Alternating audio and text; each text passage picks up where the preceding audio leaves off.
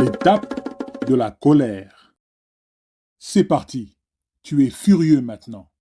Furieux contre ces gens heureux qui marchent dans la rue. Furieux contre cette chanson que tout le monde semble aimer. Furieux contre cette nouvelle danse à la mode. Furieux contre cette voiture de sport qui passe. Tu es même furieux contre une paire de chaussures que tu ne peux pas te permettre. Tu es furieux contre tout et contre tout le monde. Tu en veux au monde entier de t'avoir servi ce sandwich de merde. Mais au fond, si tu es vraiment honnête, tu es surtout furieux contre toi-même de ne pas mieux gérer ta vie. Comme un masochiste en overdose de caféine, tu commences à repasser en boucle toutes les mauvaises décisions que tu as prises dans ta vie. Pourquoi je n'ai pas pu économiser quand j'en avais l'occasion? Hurles-tu intérieurement. Ton esprit se focalise sur chaque achat stupide, chaque dépense inutile, des 9 € pour un burger insipide ou la fois où tu as commandé des spaghettis 3 fois en une semaine de ce restaurant chic italien, comme si bouillir de l'eau était au-dessus de tes compétences. Tu te dis que si tu avais eu ne serait-ce qu'un soupçon de self-control, peut-être que tu ne fixerais pas ton compte bancaire, comme s'il s'agissait d'un avis de décès. Tu serres les dents devant le miroir, repensant à ceux qui t'ont blessé. La colère s'empare de toi, éveillant en ton âme l'ardent désir de te muer en un redoutable antagoniste, tout droit sorti d'un dessin animé. Cette colère que tu ressens, c'est comme une mauvaise éruption cutanée. Elle se propage. Dans un pur délire de super méchant, tu commences à envisager des moyens diaboliques de prendre le contrôle du monde et de le gouverner d'une main de fer. L'image seule suffit à faire grimper ta tension d'excitation.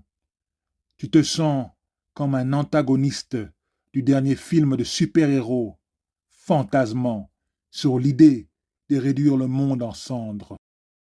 Tu penses, si je dois me sentir comme ça, alors le monde aussi. Vous voyez les amis, c'est comme ça que la colère fonctionne. Elle est contagieuse. Tu veux que les gens ressentent ta douleur et ta frustration. Tu commences à désirer le chaos, parce que si les gens te craignent, peut-être, juste peut-être, qu'ils finiront par te voir à ta juste valeur et à te respecter. Cependant, la vérité froide et cruelle est que toute cette rage, toute cette amertume, ce n'est pas vraiment contre ces personnes qui dansent, sourient et portent de belles chaussures. La rage qui t'anime est en réalité dirigée contre toi-même. Tu es en colère parce que tu sais que tu aurais pu mieux faire, travailler plus dur, faire de meilleurs choix, être plus discipliné. Et cette colère que tu infliges, c'est comme être piégé dans une cage que tu as toi-même construite, où les barreaux sont faits de regrets et les serrures de honte. À ce stade, tu n'es plus juste en colère ou enragé.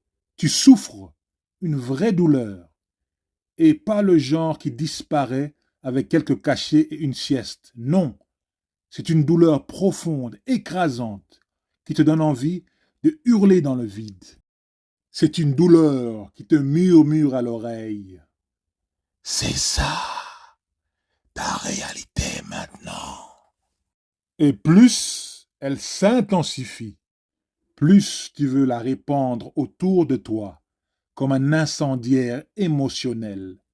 Tu veux que les autres se sentent aussi misérables que toi, parce que la souffrance aime la compagnie.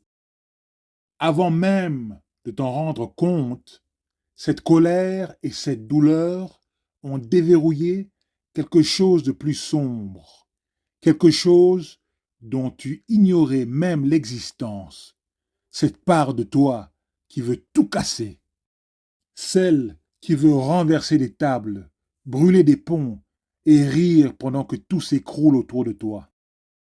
Ton côté obscur se réveille, comme s'il attendait ce moment depuis toujours, et soudain, Tu n'es plus la victime. Non, tu es devenu le méchant. Et bordel, si ce n'est pas grisant. Tu réalises dans ta douleur, tu as trouvé une sorte d'épanouissement. Tordu, certes, mais un épanouissement quand même. Mais voilà le piège. Cette personne sombre et chaotique que tu es devenue, elle n'est pas invincible. Certes, elle peut inspirer la peur, peut-être même le respect, mais à quel prix?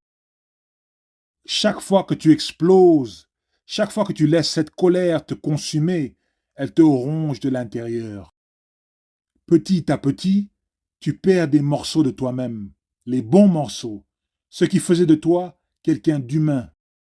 Et bientôt, tu n'es plus seulement en colère, tu es vide, complètement vide, et tu es triste. Tout ce stress, toute cette frustration commence à éroder tes défenses, jusqu'au jour où tu te réveilles et tu réalises que ta colère s'est transformée en quelque chose de silencieux, quelque chose de plus insidieux. La dépression, la rage d'autrefois, bruyante et incontrôlable, devient lassitude écrasante. L'énergie que tu avais avant pour t'énerver disparut, remplacée par un poids lourd et oppressant, comme si tu essayais de nager dans la mélasse. Les choses qui te faisaient sourire, elles ne t'atteignent plus de la même manière. C'est comme si la vie avait perdu ses couleurs et qu'il ne te restait plus qu'un nuage gris suspendu au-dessus de ta tête. Tu viens d'entrer, mon ami, dans l'étape de la dépression.